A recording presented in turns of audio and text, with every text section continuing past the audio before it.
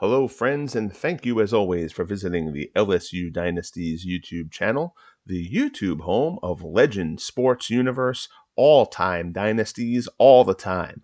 The LSU is a collection of cross-era sports simulation dynasty universes featuring the all-time greats from sports history, utilizing out-of-the-park baseball, pro strategy football, franchise hockey manager, and title bout boxing, and will soon feature a basketball offering as well, utilizing draft day sports basketball.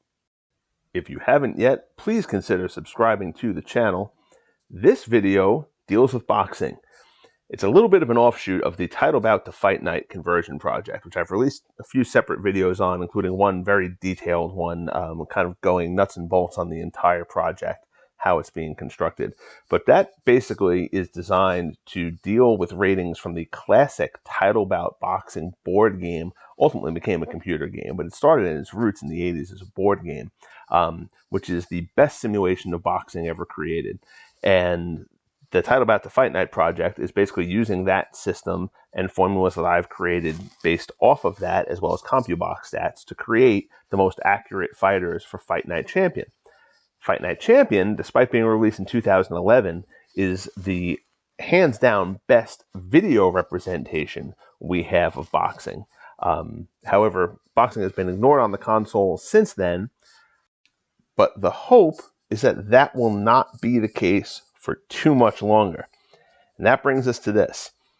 This video is designed to take four things that the upcoming, use that term loosely because that's probably going to be a year from now, but Esports Boxing Club is a game in development now.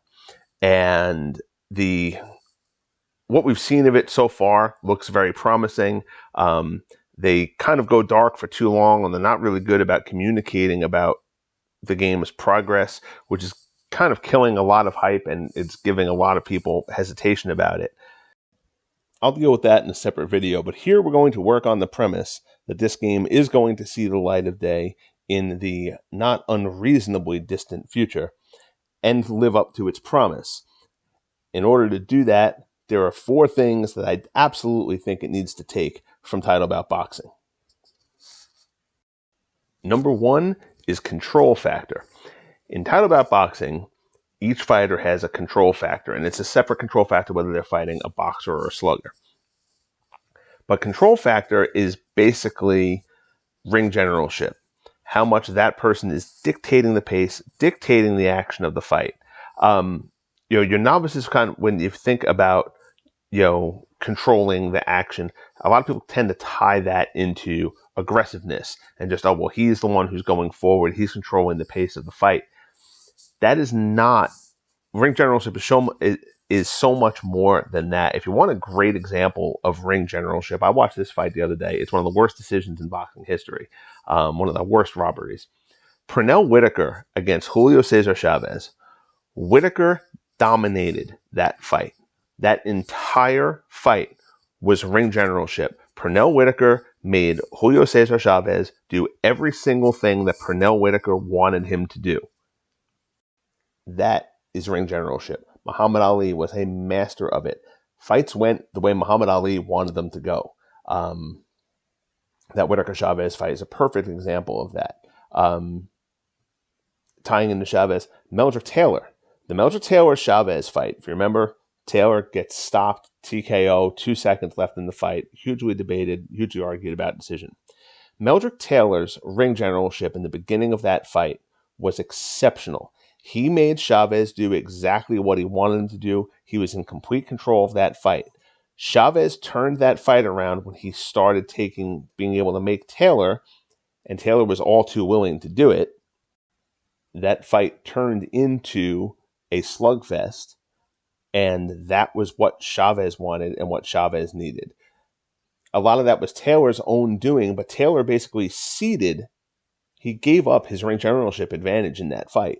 And that's what ultimately came back to cost him. But the Whitaker-Chavez fight, I think, is one of my favorite examples of ring generalship. And I'm sure all of you, I'm assuming if you're watching this, you are huge boxing fans. You have different, examples of that, fighters who you think are great at that. Terrence Crawford is great at it, for example. Floyd Mayweather is obviously, great at great at it. But control factor, the way that a fighter can manage the ring, manage the fight, is a huge, huge aspect of any fighter.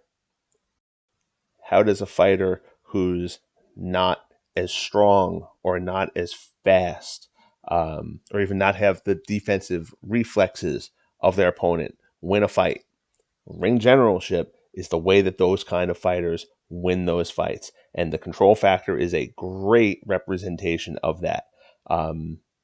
If ESBC can find a way to get that in, they will be hugely ahead of the game in creating the most accurate boxing game that they can possibly do. Up next, we talk about Killer Instinct. Fighters in Title Bout have a Killer Instinct rating, which is basically their finisher rating once they realize that they've got a fighter hurt. So many of your great fighters in history have this.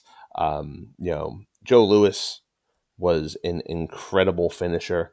Guys like Alexis Arguello, and fittingly, his rival Aaron Pryor, both outstanding finishers. Ray Leonard was a terrific finisher. Wilfredo Gomez, lots of guys throughout history. Mike Tyson, obviously. Tyson realized he had you hurt, you were done.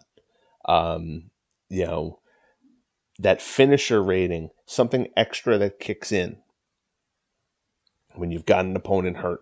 I think that is a huge thing. And again, a definitive trait for a fighter. Again, you're looking for things to set fairly similar skill-wise fighters apart from each other. Control factor, ring generalship is one of those kind of things. Killer instinct is another one of those. Your great finishers should stand out as great finishers. ESBC would be really, really wise to have something resembling a killer instinct / finisher rating to help them in differentiating these fighters. Next, the corner ropes rating, the ability for a fighter to fight when their back is against the ropes or in the corner. Again, this is a huge trait.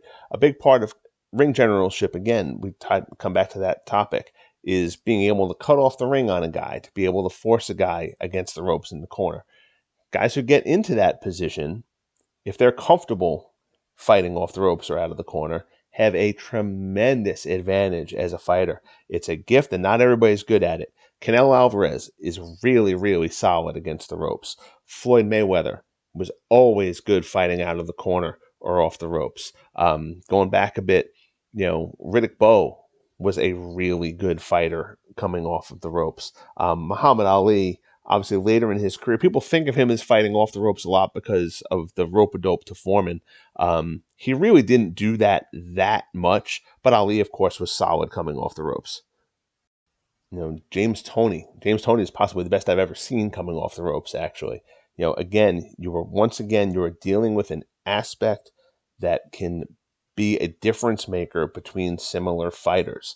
And that's really what you want to do. You want to be able to have as many things in this game that can differentiate similar fighters from each other. Being able to fight off the ropes is a big one. Lastly, a fighter's ability, whether a fighter tends to start a fight either slowly or quickly. Particularly a fighter who tends to start a fight slowly. Julio Cesar Chavez is a guy who always starts slow. Joe Frazier was notoriously a guy who starts slow. One of my all-time favorite fighters, Juan Manuel Marquez. Marquez was notoriously a slow starter. Eric Morales, the same kind of thing. Not everybody comes flying out of the gate and starting a fight really well. Somebody like Manny Pacquiao, on the other hand, is a very fast starter, generally speaking. So again, just another means of differentiating fighters that would do Esports Boxing Club a huge, huge service. These 4 things, I believe, will do the best job of differentiating fighters from each other. And one of the great complaints of video games from the perspective of player / fighter creation is that guys do not have enough differences among them. And you can come up with traits and tendencies also, and these kind of, I guess, fall somewhat under that category too. But these 4 things I believe are very, very significant in making sure that fighters who are similar on the surface have differences that set them apart. And that, to me, is really a must. That is an essential in creating a game, especially with fighter creation. And with that, we'll wrap this up. If you haven't subscribed yet, kindly do so. Also, check out other recent videos. I posted a fight from the Title Bout Fight Night project, Errol Spence and Terrence Crawford. I posted that earlier today. Plus, a very descriptive video about the project is on here as well from a few days ago. Until next time, be good to each other, and we'll talk soon.